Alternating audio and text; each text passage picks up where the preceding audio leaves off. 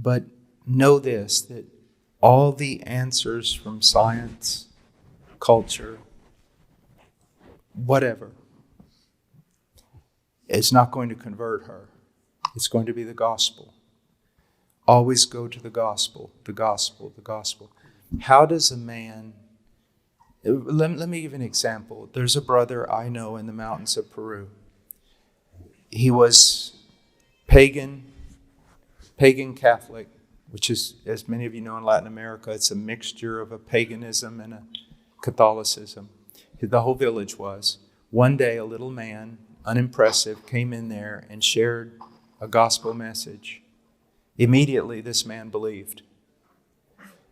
The next day, the whole village got together and they were going to, it's a thing they will do for punishment, they were going to bathe him in boiling water if he didn't recant. Now, I want you to think about something.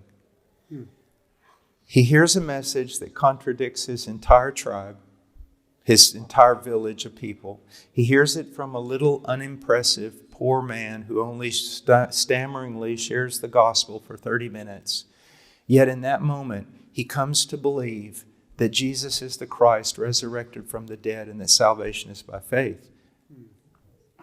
He never read evidence that demands a verdict. He knows nothing about Van Tilian apologetics. No reasons to believe were given to him. Nothing about who moved the stone. There was nothing. It was the gospel message. How is it that with that small thing, he's now willing to die for his faith? I think John Calvin, one of his greatest contributions in theology, was to answer that question using Scripture, that it was the work of the Spirit of God testifying to the truth of the message, illuminating his heart and regenerating him. So that should be your concentration. Speaking forth the gospel, demonstrating the gospel to your family, which means if you try to share with them and they say no, do not badger them.